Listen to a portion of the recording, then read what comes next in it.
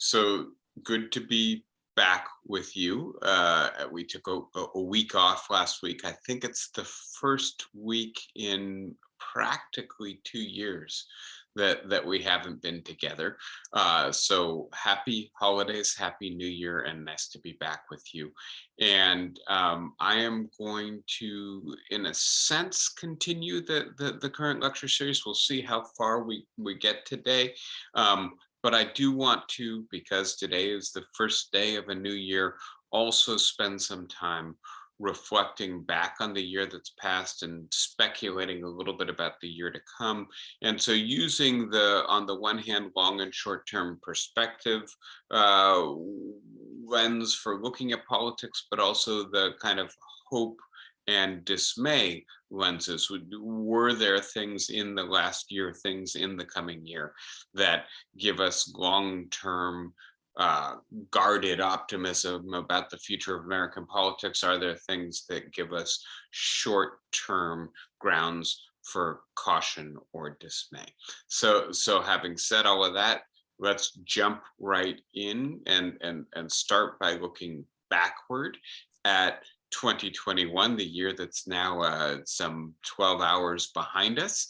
And just remember that in 5 days we'll mark the first Oh, anniversary God. of the failed insurrection. And that what we have learned in the intervening year is that this appears now, at least as best I think we can tell, to be part of a serious plot by the incumbent president and those working closely with him. Please note that by the time we get to the early days of January 2021, his inner circle has contracted to a number of loyalists who seem increasingly, frankly, deluded about both what happened in the election in 2020 and about the capacity and need to retain Trump as president. But having said that, it doesn't appear that this is just Donald Trump uh, engaging in incendiary language and then his followers marching on and invading Congress, and then Trump refusing to say what he needed to say to get them to stand down or to retreat from their invasion. It now appears, as far as we can tell, and I hope that the documentary evidence will become more and more clear as the January 6th special committee in the Congress does more and more work, that's in the House, of course, to investigate that there was a larger plan here, not only to create havoc at the Capitol on the day in which the Electoral College vote was being registered, but in so doing to disrupt the counting of the votes sufficiently to be able to declare martial law or to be able to force the election results out of the hands of the Electoral College and instead into either the House of Representatives or the Supreme Court, on the assumption that those two bodies would have given Trump the presidency for a second term. And so when we think about the year past and what historians will be looking at in years ahead, I do think that, in a sense, the fact that that plot failed on the one hand, and that the transition of power occurred according to the procedures laid down in the Constitution, and that the power structure essentially accepted that transition, is an indication of the staying power of our democratic institutions. And on the other hand, the fact that the plot existed at all and perhaps got closer to succeeding than we realized. I think one of the things that we're really going to be thinking about as we try to unearth exactly what happened on January 6th is the failure of the military to deploy the National Guard in a timely fashion to assist the Capitol Police, who were overwhelmed by the size of the crowd and the violence with which they attacked. And what appears to be emerging is the idea that the military resisted deploying the National Guard until Donald Trump clearly signaled that he wanted the invaders to go home. And that they were worried about being pulled into a possible scheme to declare martial law. And that gives us a very different sense of what was going on with the military and what they were worried, what the generals, what the leadership were worried Donald Trump was up to in the days and weeks after the election. So all of that to say, that's obviously one of the central things that we have to focus on, and it gives us both some grounds for cautious hope about the strength of our institutions, but also some real grounds for short term caution about the forces that have been let loose in American politics that are threatening core democratic norms and hostile to our democracy. I'll return to that theme as we continue. The second, I think, big thing that we need to pay attention to, and I'm going somewhat in order of significance, somewhat in chronological order, in 2021, as we look back, is the success of the vaccine rollout. And having said that, we also then need to look back at 2020 and the quite, I think, dramatic success of the vaccine development. And here we do have to give credit to the Trump presidency for pouring so many resources and removing regulatory obstacles for a very quick development of a new vaccine. And of course, we remember back to polio and the 20 years that it took to develop that vaccine, and the thousands of deaths that resulted from failed efforts to produce the vaccine. And then we look at the remarkable progress that medical science has made in the intervening 70 years, and the efforts then to get the vaccine into Americans and into our arms so that it boosted our immune system, and after that circulating to the rest of the world as well. And here I think we do have to give some substantial credit to the Biden administration. As it turns out, and you may remember that the Trump administration refused to cooperate in the tradition of information sharing during the presidential transition. And so the Biden administration came into power without any knowledge of the Trump administration's plans. And it turns out their plans were exclusively to rely on the states. And the states very quickly told the Biden administration, that's not going to work. We are overwhelmed. We don't have the resources. We don't have the logistical capacity. And using wartime powers, essentially, the Defense Appropriation Act, Biden and his administration very quickly built the logistics necessary to roll out the vaccine. And although it did not succeed as well as he had hoped, nevertheless, I think that this is a remarkable testament to the capacity of the federal government. And I'll again return to that theme. But we do need to pay attention to the success at the logistical level at the same time that we notice that although there was plenty of vaccine for every American who wanted it, a substantial portion of the population did not trust, or for other reasons felt that their primary duty was not to protect themselves by getting vaccinated against a potentially deadly virus in the midst of a once in a century pandemic, but instead refused to take the vaccine. And let me now transition into a little bit more information and data for you. This is pretty much up to date, although because we're in the middle of holidays, it's a little bit difficult to rely on the data. There's probably a fair bit of underestimation. And what you can see, first of all, with the Omicron variant probably becoming the dominant variant in the United States, but still coinciding. And I think this is important to remember with a substantial Delta transmission as well, right? And I'll say why that's important in just a moment. But as you can see, this is a spike that exceeds all previous spikes. It's basically all but vertical in terms of the acceleration of the rate of transmission.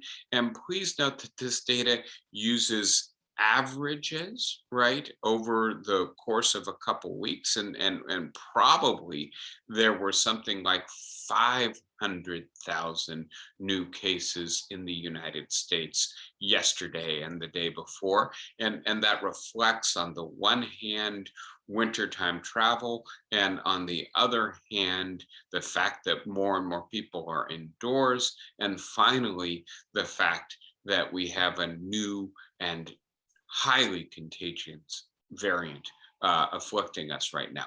But having said that, let me also point to some good news contained in this data.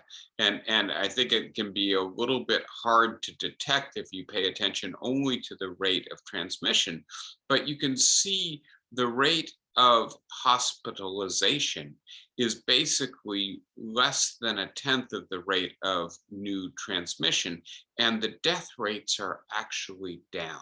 And while deaths and hospitalizations tend to lag transmissions, in the previous phases of pandemic surge, we would be expecting to see more hospitalization, more deaths than in fact we are seeing.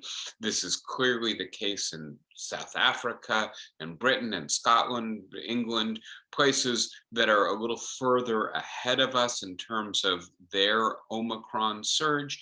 And what this reflects is that Omicron apparently is much less severe in terms of its impact on human health, that although it manages to bypass the immune system, often to even break through the vaccinations, it doesn't attack the lungs in the same way. And so that may be what is accounting for the lower hospitalization, lower death rates. And please note, this gives us some cautious ground for optimism. If Omicron becomes the dominant variant and remains the dominant variant, then we have high rates of contagion, which actually assists us in building the antibodies, assuming we survive the infections. But having said that, if it is also a much less severe or virulent variant of the virus, then many more people can be exposed to it, but deaths will not be as staggering as they have been in past waves. Now, we add to that the data on vaccination. And here I'll just spend a moment on these diagrams. As you can see, vaccinations are uneven and insufficient. And when I say insufficient, we probably need to get up to 90% fully vaccinated. Frankly, it's not clear that we're ever going to get up to that rate. And that's part of, I think, what we're increasingly reckoning with is that the public, unlike the public of the first half of the 20th century, when we were reckoning with polio, basically was willing to do what the government, what doctors, what medical science told them to do. Today, that is not the case. We live in an era of increased mistrust, increased skepticism about the government, about science, about expertise in large segments of the population. We also live in a new digitized public sphere in which social media transmit misinformation much more readily than the old media sphere, in which misinformation was translated person to person, not via these viral social media posts. And so all of that to say, we have 73%, three quarters of Americans having received at least one dose. The numbers for children, or those 12 and up, uh, are ticking up very slowly. That's in large part about younger people beginning to uh, gain access to the vaccine.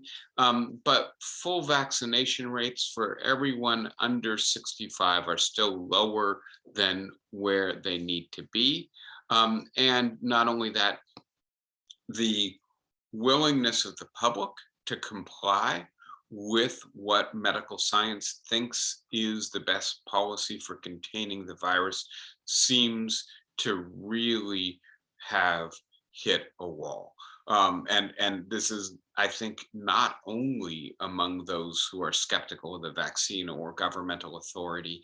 This is, I think, a broader psychological fact at this point. And this may have something to do with the way in which social media rewires our brains, and the less patience, the less understanding, the less kindness, the less solidarity that we see in our society. And that gets us back to themes that are more the long-term agenda of this lecture series. But we have an exhausted public, and we have public officials who are increasingly, not only in the United States, when the Biden administration is reducing the quarantine period, despite the fact that many doctors, epidemiologists think that that's a mistake, but in Britain, in South Africa, in other places, politicians are recognizing that if they simply do what the medical establishment thinks is the best policy, they are not going to get sufficient compliance. They're going to get pushback. They need to moderate their demands. And this is another feature then of the pandemic, is the fatigue of the public and the increasing unwillingness to comply with the most stringent guidelines. Now, having said that, I want to really focus in on vaccinations for a moment, and to point out that we are increasingly recognizing something that, in a sense, we know from the behavioral sciences and from past experience, which is that simply confronting people with the data, and the data is so clear, right? If you look at the bottom diagram, right, if you are fully vaccinated as opposed to unvaccinated, you have 1/5 the chance of contracting the virus. If you are fully vaccinated, you are 1/13 as likely to succumb to the vaccination. That means that people who are refusing to vaccinate are putting themselves directly in harm's way, in potentially fatal and awful circumstances. And yet we still have 30 to 40% of Republicans unvaccinated, a quarter of the country. And so one of the things again, I think we're recognizing is it's not enough to tell people this is what you need to do to protect yourself. It's not enough to reason with them. It's not enough to try to convince them or to appeal to their concern for their fellow citizens. Not only are you much more likely to die, you're much more likely to be somebody who gives the disease to others and kills them as a result. That's not working. That's not breaking through.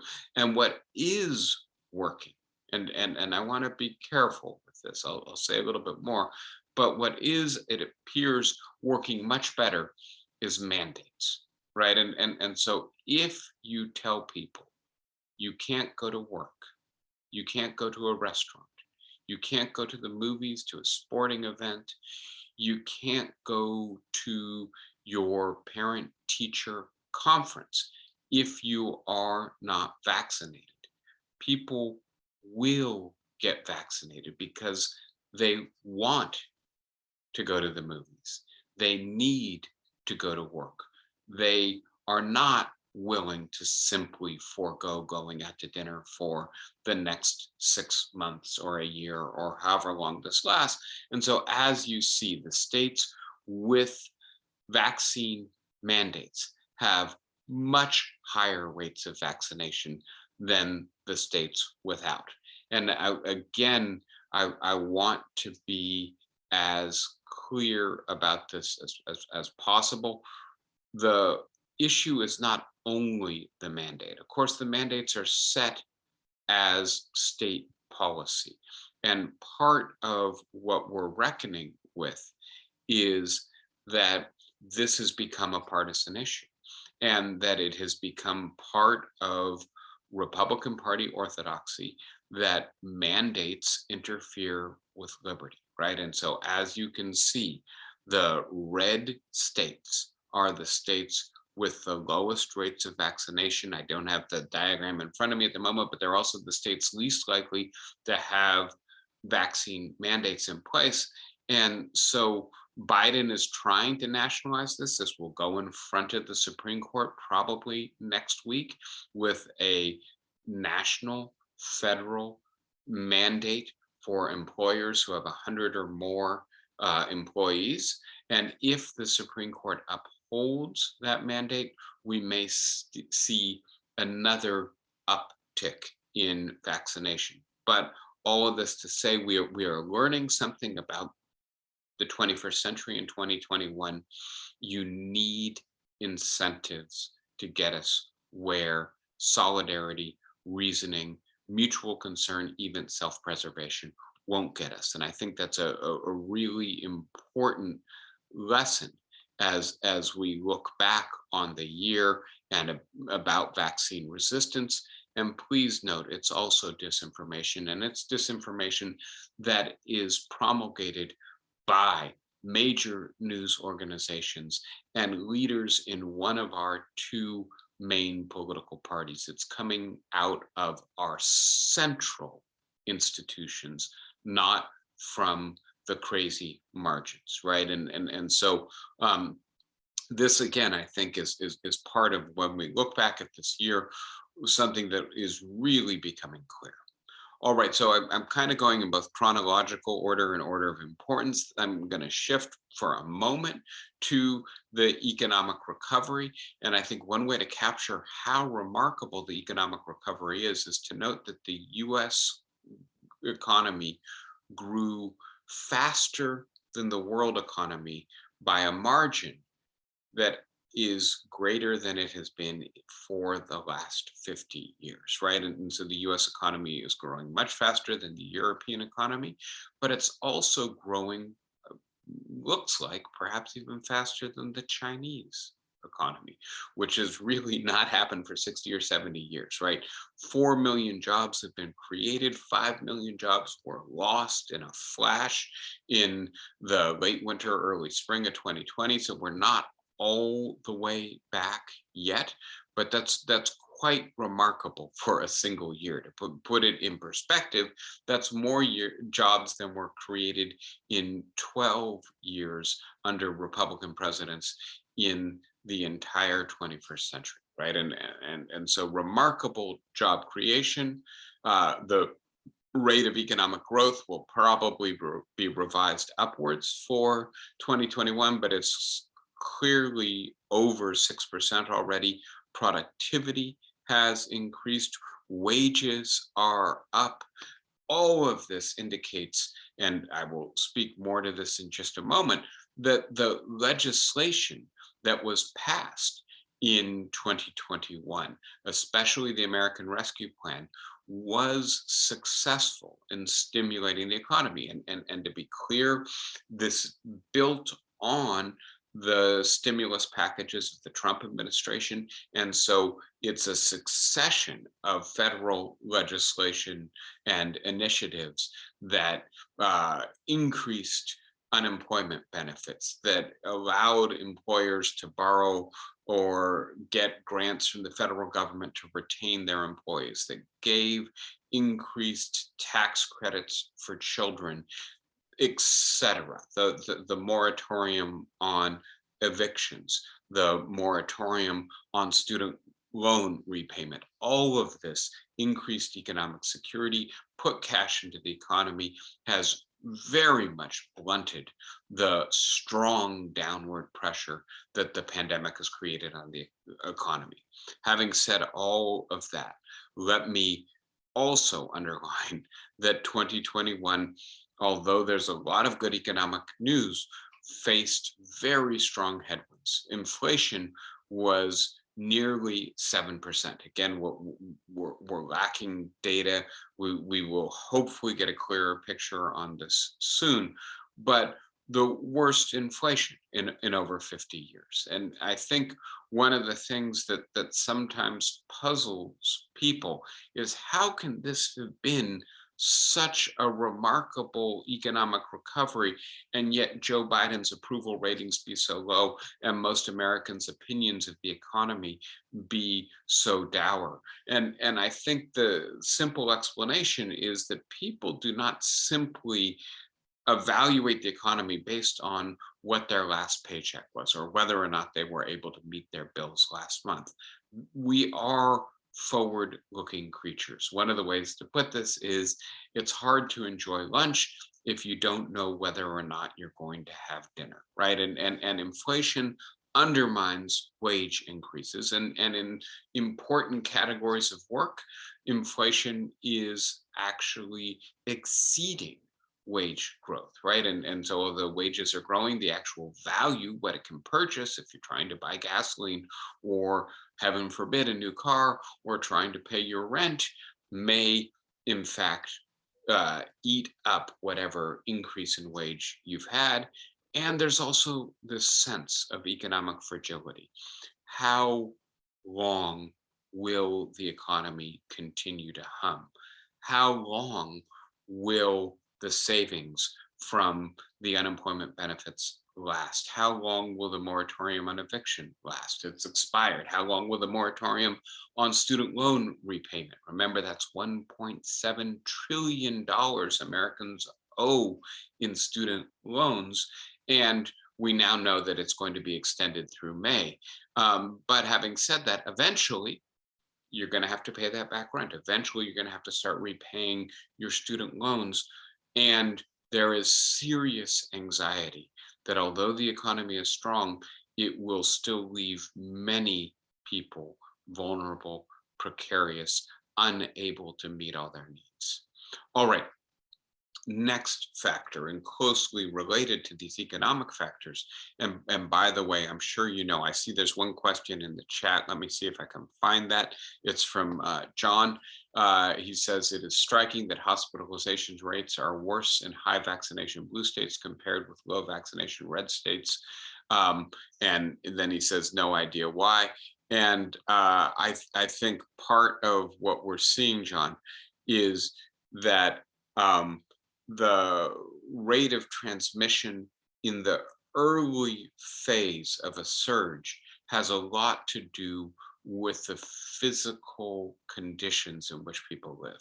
And so two things: population density, right? And in particular, the prevalence of intergenerational homes, with people living with their grandparents or with their children in relatively small spaces, rapidly increases transmission. And in particular, if the old and young are living together and the young are going out to work, etc., and then bringing the virus home, the old end up hospitalized, right? So that's one factor. And then the second factor is that the bluer states tend to be the states with more transportation infrastructure, airports, connection to the rest of the world. This is a global pandemic. A lot of the initial contagion comes from other countries. So the places that have a lot of tourists or a lot of international business are the places that are going to have rapid transmission at first. So I think that that's actually something that we have a reasonably good handle on right now. And please note, in even those very high vaccination states, right, we're talking about 80% of the population being vaccinated. And again, remember, I think I shared this with you last time.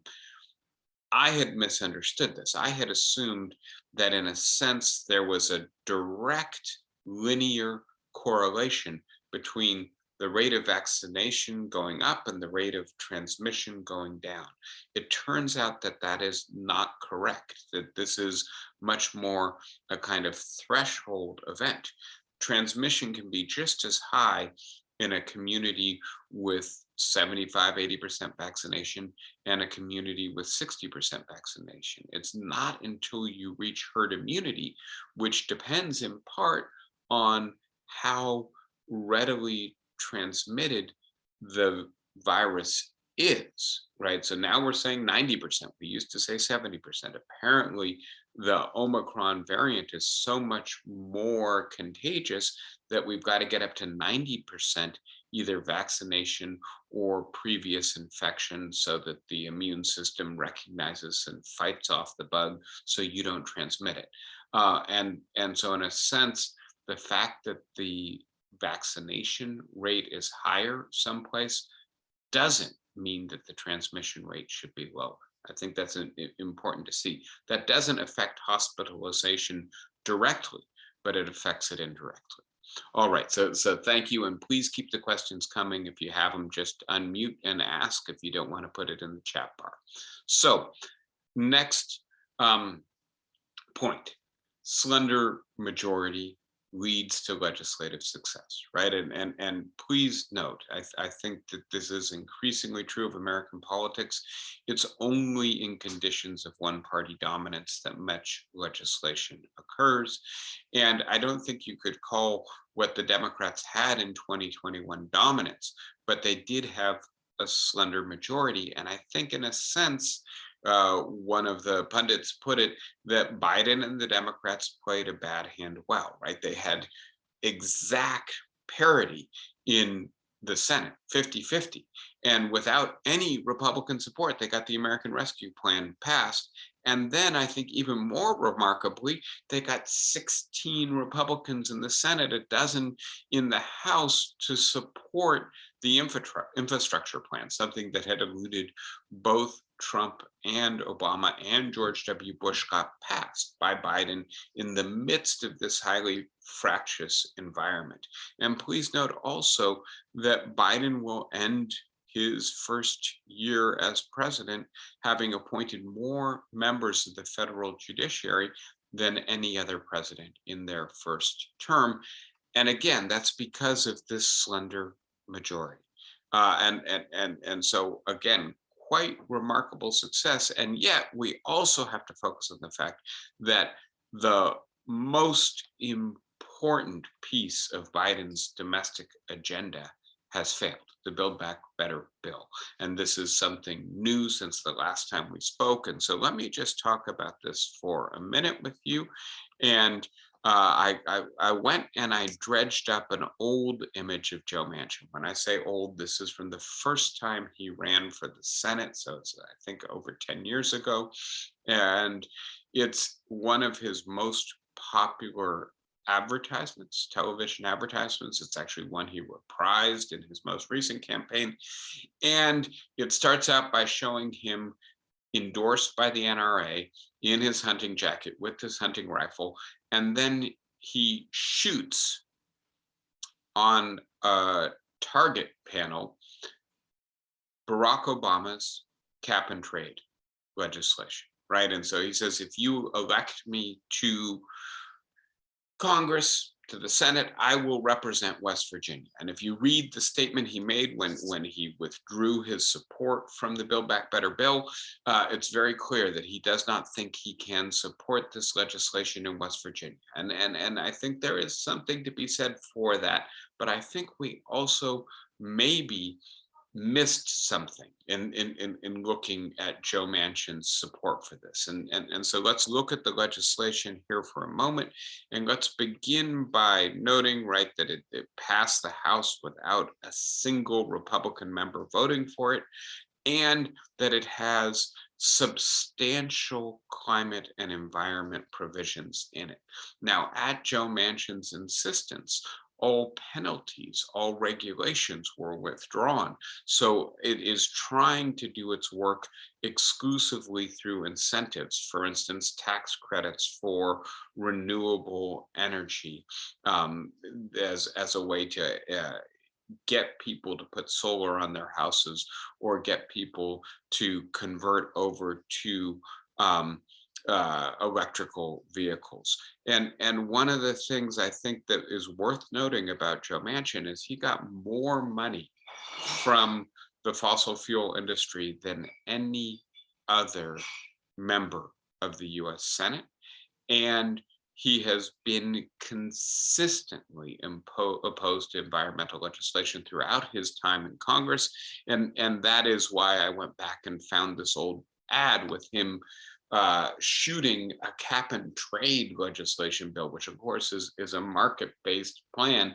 And I just want to note, perhaps more than we had appreciated, Manchin's resistance to Biden's legislation is not only accounted for by what he says about debt and inflation, but also by the fact that it has become a matter of political identity for many people in this country to reject the idea that we have a real climate change problem, or that the federal government working in concert with international institutions is the right place to address this problem, that this is hostile to liberty, hostile to economic security for increasingly vulnerable people. And having said that, if we look at what the incentives in the Build Back Better bill are um, predicted to do to greenhouse gases, what we will see is that Joe Biden, who set the goal of cutting greenhouse gas emissions to 50% of their 2005 levels by 2030, was not going to accomplish his goals. The infrastructure bill has some measures in it that bring the level of emissions down.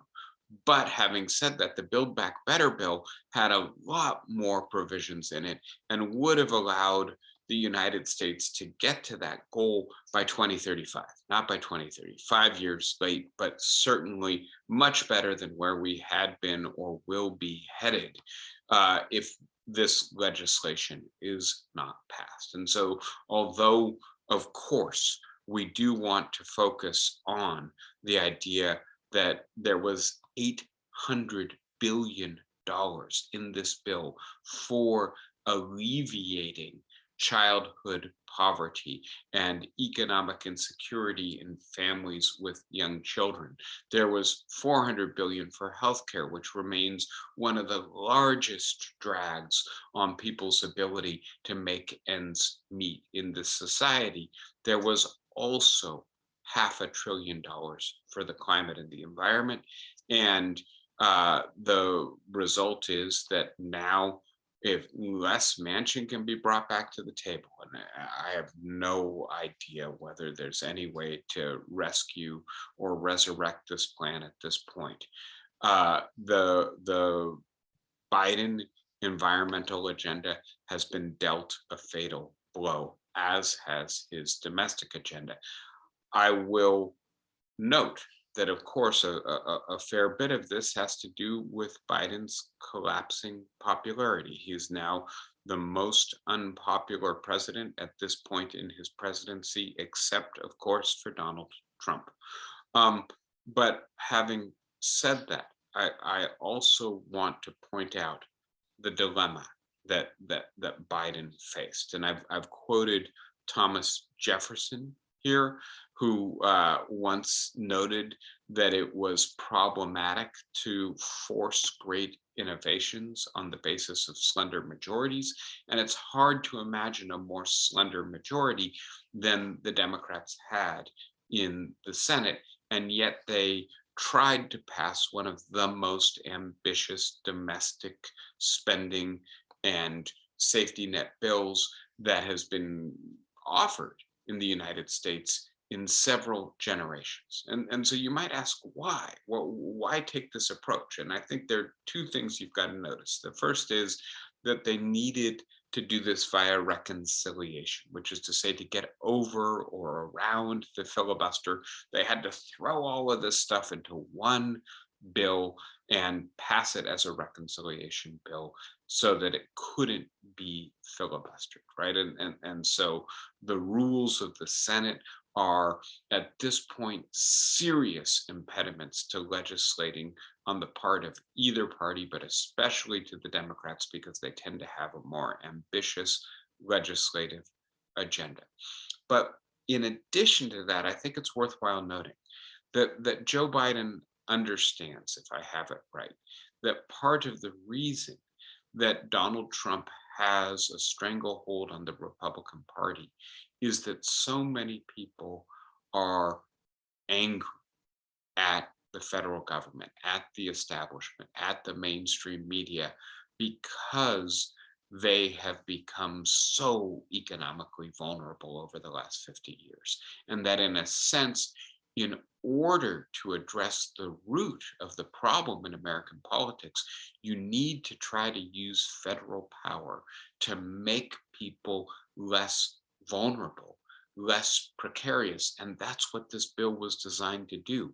And of course, we're stuck in a feedback loop here, in which, unless we are able somehow to convince the tens of millions of Americans who believe the federal government, the elite, the liberals, the cosmopolitans don't give a damn about them, unless we're able to do things that somehow begin to make their lives better, they're going to keep going down the path of angry resistance to the growing diversity of America and to empowering the federal government at all.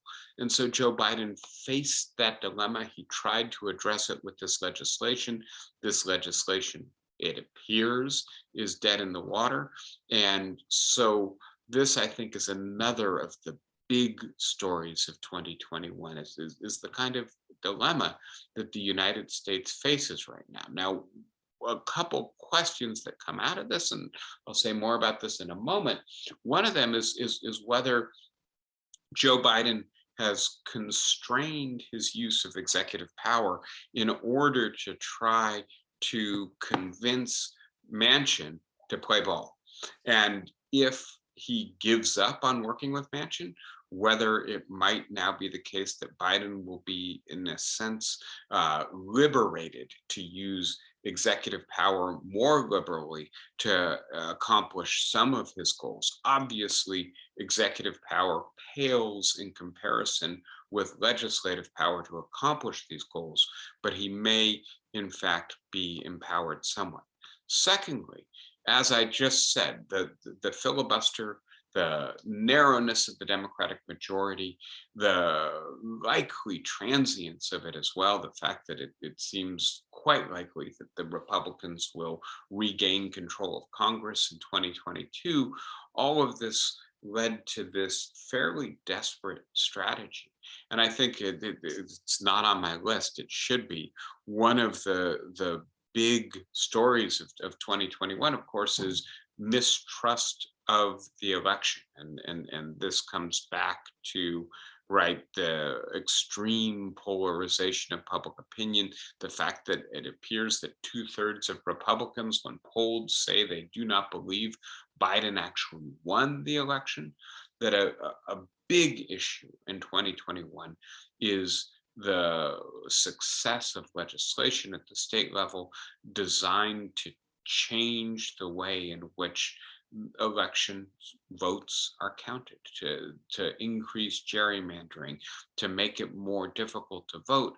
And the fact that the Democrats can't do anything about this in the Senate, that they can't pass voting rights legislation because of the filibuster, again points out to us how difficult it is to legislate in such a polarized environment. All right. So another story of 2021 is the about face of the American federal government in its engagement with the rest of the world diplomatically and through institutions of international governance. That the first day of the Biden administration, the United States rejoined the World Health Organization and the Paris Climate Accords. That since that time, we have resumed a leadership position in NATO, in the United Nations, in various other treaty organizations. Um, and that, that um, re-engagement with international institutions coincides with the disengagement from the war in Afghanistan, right? The end of the war on terror, the disastrous consequences of the American withdrawal of support from the Afghanistan government, the mm, obvious conclusion, obvious within a few weeks, that that government was a house of cards, that our 20-year campaign in Afghanistan had propped up but done nothing to secure, and that as soon as we withdrew our forces, that government collapsed and the Taliban raged back. And the result was an unfolding humanitarian nightmare in Afghanistan. And I don't think the news media is paying sufficient attention to this, at least not the news media I tend to follow. But it appears that roughly 60% of the Afghani population is extremely vulnerable in terms of succumbing to famine in the winter of 2021, 2022. And that if international organizations and the United States do not assist, there will be mass starvation this winter in Afghanistan. And again, although we no longer occupy the country, although we no longer support the current government of Afghanistan, we want to do our best to not bolster the Taliban.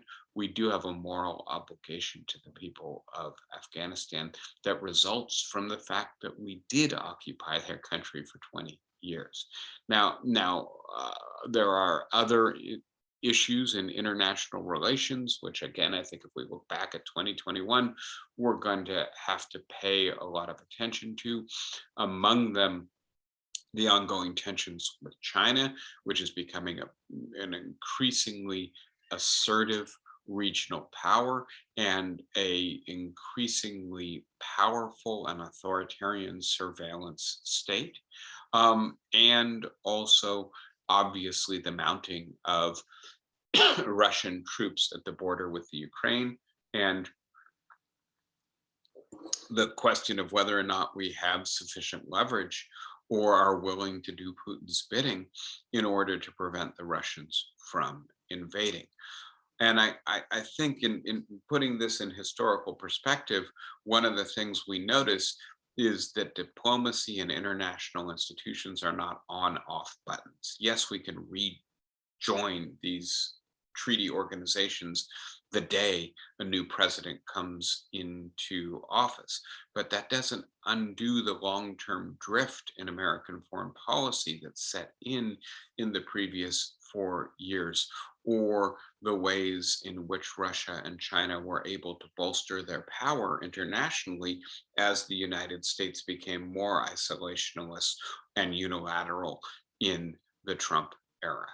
So I've spoken a little bit with you about the ongoing and extreme polarization of public opinion in the age of digital media. The idea that roughly half the American population now believes that they no longer are at home in the country in which they live. And again, I think as we look back on 2021, there was a hope perhaps that Trump had fed the polarization of public opinion, and that as we elected a president very unlike Trump, not charismatic, not given to provocation, not hopefully a polarizing figure, perhaps public opinion would simmer down a a little bit. And I think one of the things that 2021 teaches us is that that is not the case, that the institutions and interests that feed polarization, the perceptions that they've given rise to, are baked into American public opinion, the American public sphere at this point in our history. This is a fact, not something that can be, I think, easily moderated by a change in leadership. Which then brings me to my concluding question on 2021. Is Joe Biden the right president for post-Trump America? And I think, as is often the case in American politics, we elected the president who we perceive to be the antidote to the previous, or at that point, current president.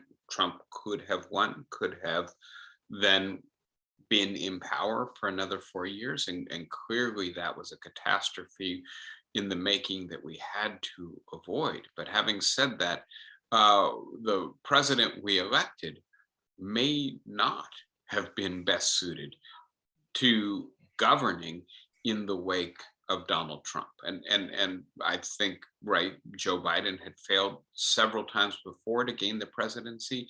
He is not charismatic, but he is also, it appears in certain ways, not well equipped to take into account some of the ongoing problems of 21st century America. To go back to vaccine resistance and disinformation for a moment here, I think the Biden administration gets tremendous credit for rolling out the vaccine very well, but really blame for failure to anticipate that there would be substantial disinformation and resistance, and working proactively to counter that. And so Biden seemed to campaign on the promise that if you elected him, things would return to normal. And I think that that was a false promise, and that not only probably could no individual do that, but Joe Biden was not well equipped to uh, reduce the tensions in American politics.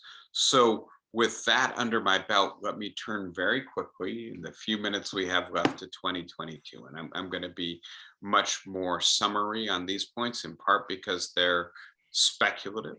But again, looking for both things that might be hopeful and things that might be dismal in American politics in 2022. Let's start again with the pandemic.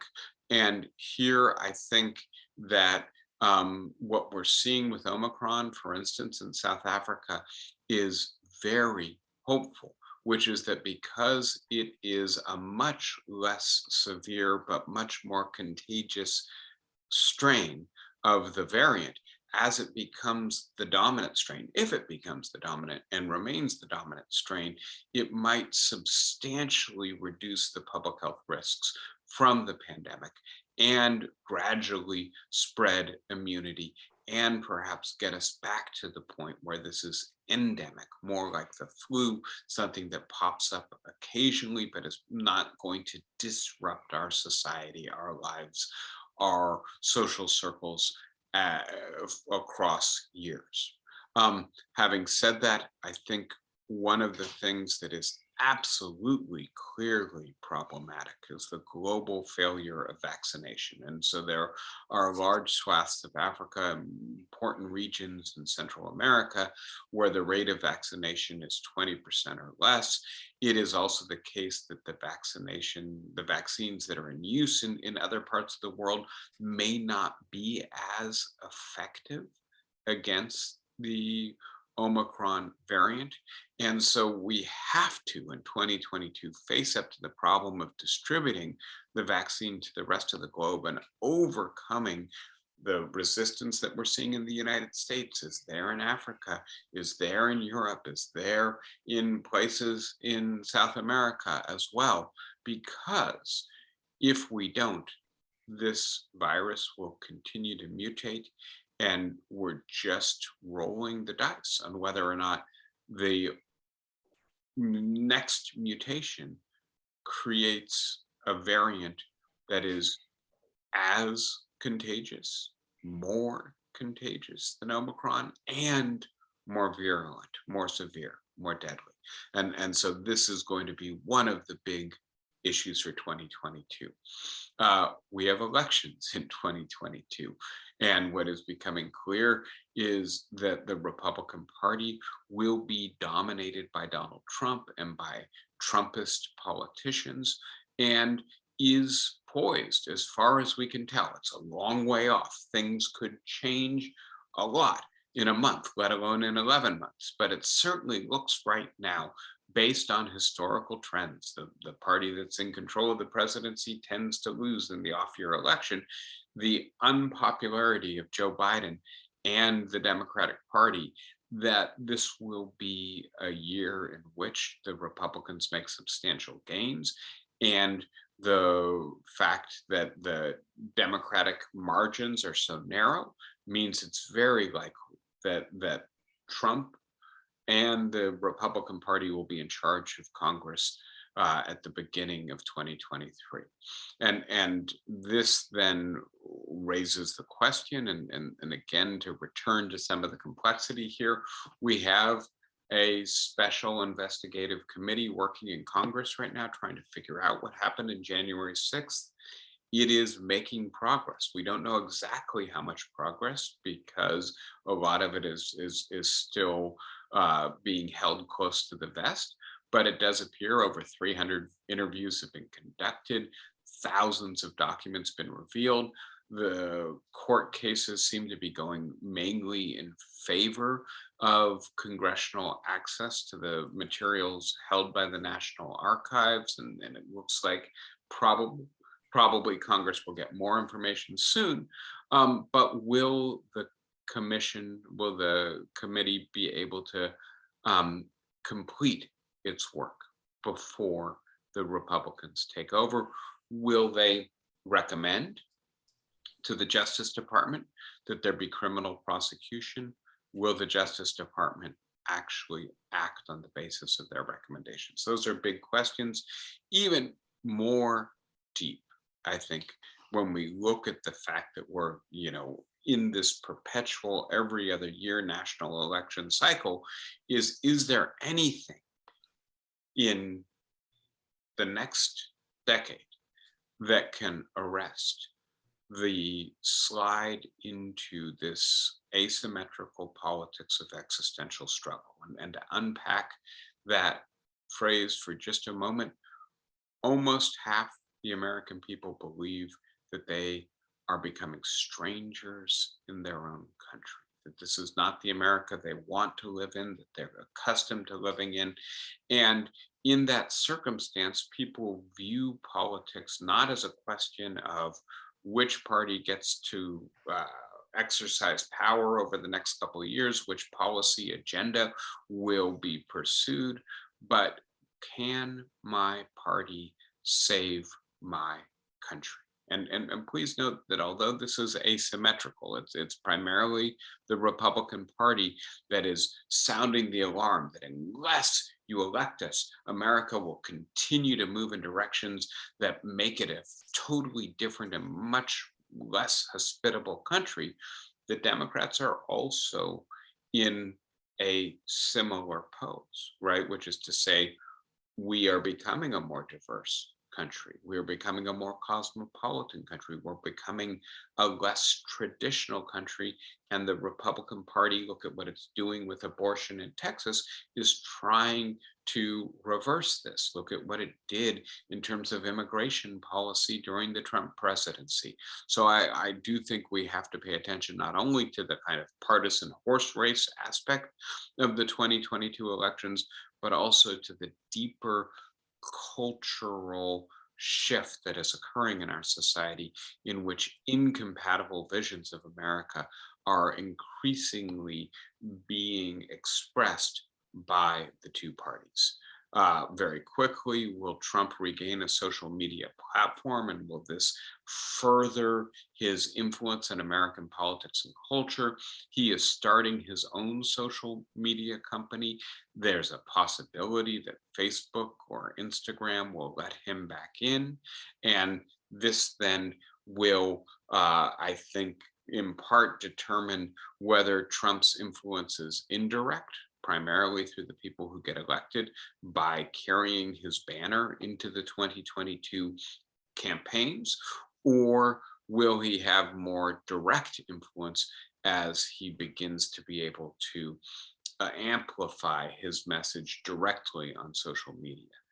Related to all this is the fact that it appears that a substantial portion of the American population has less faith in democratic institutions and norms, and is pursuing measures that chip away at the rule of law, at deciding who exercises power via elections, at listening to each other as equal and reasonable citizens. How much trouble is democracy in the United States? I can't say for sure, but I am not encouraged. And I think this is another thing that needs to be on our agenda for critical analysis as we look ahead at 2022. Is Biden's domestic legislative agenda dead? We won't know. I can't see into Joe Manchin's soul or mind. I don't know what his calculations are, if there's any way he can be brought back to the table. If so, if it's worth it for Biden to get a very small portion of what he originally aimed for. If not, will this liberate Biden to stop appealing to the most conservative members of his party and to start doing more of what he can with executive power? How fragile is our economy and the global economy? And please note, right, you can't really separate the American economy from the global economy, despite the fact that we've got really robust economic growth. We still can't get a lot of what we want because we depend on global supply chains, because there are shortages and crimps in those chains as a result of the coronavirus moving around the world and other issues to do with narrow bottlenecks in the productive process. And then last thing, I think we can never forget when looking ahead in the era of the Anthropocene, the era in which humans are altering the basic environment of the planet, that we can expect more extreme weather events, more tragedies as a result, because of course global climate change is accelerating and we are not doing enough to combat it. All right, I will stop there. I know I just threw a lot at you for the coming year. I do want to leave time, or at least a few minutes, for questions, thoughts, ideas. In particular, I'm interested to hear, what did I forget? What did I leave out? But also if you have any comments on any of the themes we've covered so far. Who wants to start us out today? Yep, Flossie, go ahead. It's a frivolous question, but let's go Brandon. Brandon, who's Brandon? It isn't Marlon Brando that they mean. So apparently Brandon is a NASCAR driver. But do you understand what "Let's Go Brandon" means? Well, let's go get guns. No. If you don't want to hear me swear, cover your ears. It means fuck Joe Biden. Really? Yeah, you can't say that on social media, right? You get censored. But "Let's Go Brandon" sounds enough like it that it's become the coded phrase. So I put it on my slide as an example of the polarization of public opinion.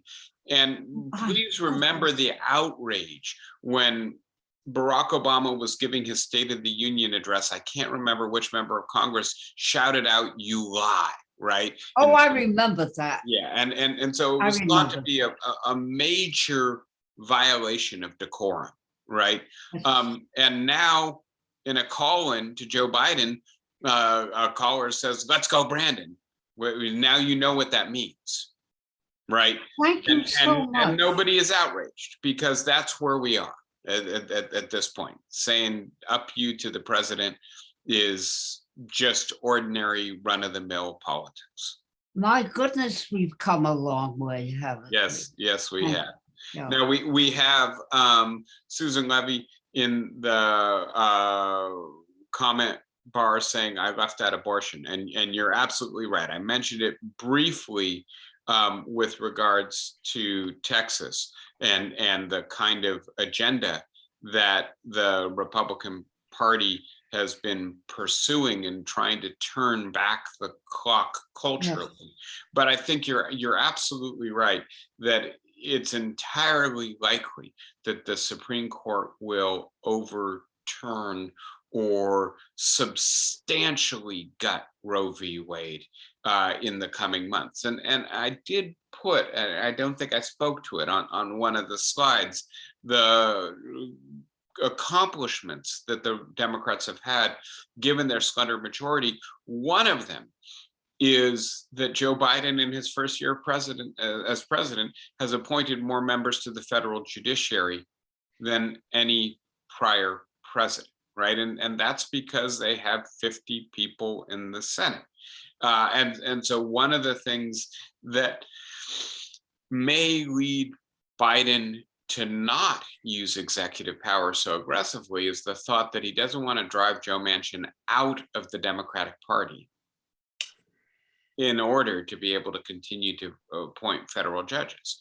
But frankly, although it's very important, as we see in case after case, to have adequate federal appointees in the judiciary from the Democratic Party, it's not going to make a huge difference as long as there's a conservative, and I want to say hyper conservative, super majority on the Supreme Court that has been appointed to really alter the meaning of constitutional law for the middle of the 21st century. And again, we're waiting to see Biden's Supreme Court Commission's recommendations. Apparently, they've split on the question of expanding the Supreme Court. There's the question of term limits on the Supreme Court, but given its current constitution, its current membership, it's hard to see the Supreme Court being anything but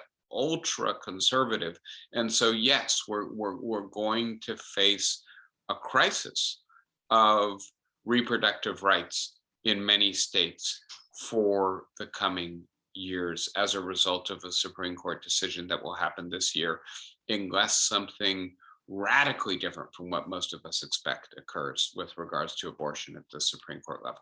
Thank you for pointing that out. That definitely should be on our agenda for 2022. Jeanette, go ahead. Just in the last few days, the Wall Street Journal had a thing about inflation that said that a big part of the inflation has been related to weather. And they talked about the freeze in Texas and oil, and extreme weather means more use of energy. And then all over the world, a whole list of different things that have affected the food supply. So climate change is affecting inflation. Yeah, excellent. And thank you for pointing that out.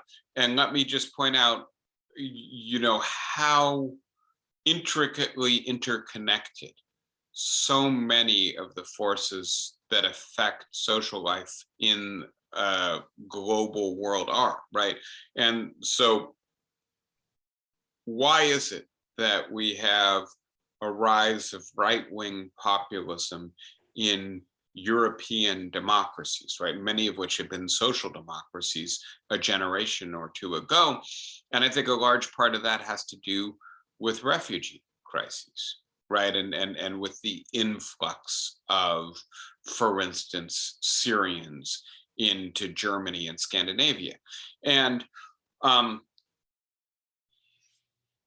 we have refugee crises in part because we have climate change, right? And the role that drought and famine played in prompting the Syrian civil war, I think is something you can't neglect. It's extremely important in accounting for that.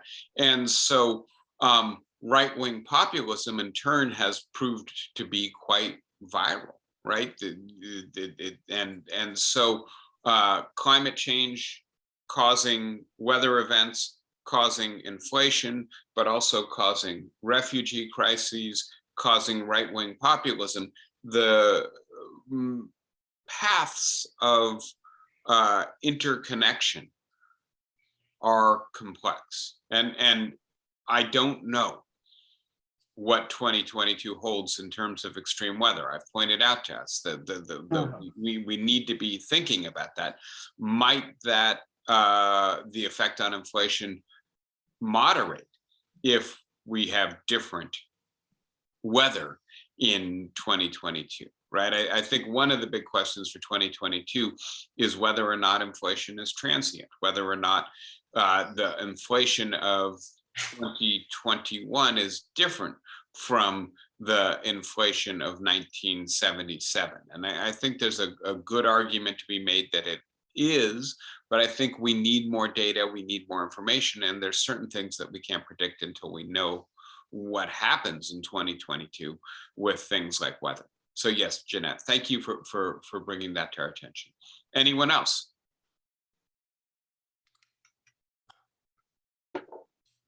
All right, well, do take care of yourselves. Wars play big roles in migration. Bridget is saying absolutely yes. And that has been the case, right? Refugee crises caused by war since World War I, at least in the 20th century, and it continues to be the case today. I was starting to say goodbye before that comment came in, and I will now.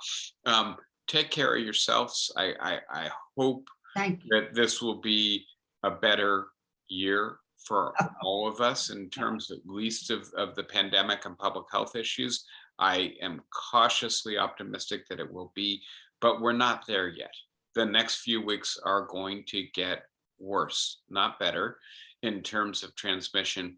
And it's extremely important that we do our best to take care of ourselves, to be safe, to be cautious over the next few weeks at least. So please be careful. Happy New Year.